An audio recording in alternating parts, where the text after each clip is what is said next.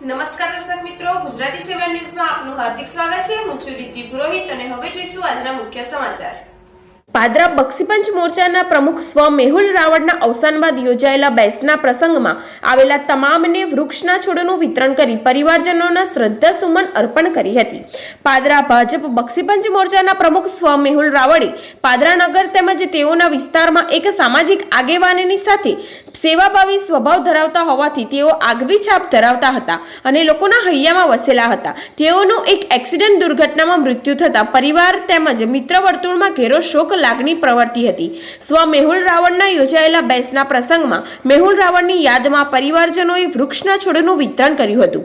આ પ્રસંગે ધારાસભ્ય ચૈતન્યસિંહ ઝાલા તેમજ પાદરા નગરપાલિકાના સદસ્ય સહિત ભાજપના અગ્રણીઓ અને હોદ્દેદારો તેમજ જિલ્લા બક્ષીપંચ મોરચાના પ્રમુખ સહિતના પાદરા નગર ભાજપ બક્ષીપંચના હોદ્દેદારો પણ ઉપસ્થિત રહ્યા હતા। આ પ્રસંગે તેઓના પરિવારજનો દ્વારા વૃક્ષના છોડનું વિતરણ કરવામાં આવ્યું હતું।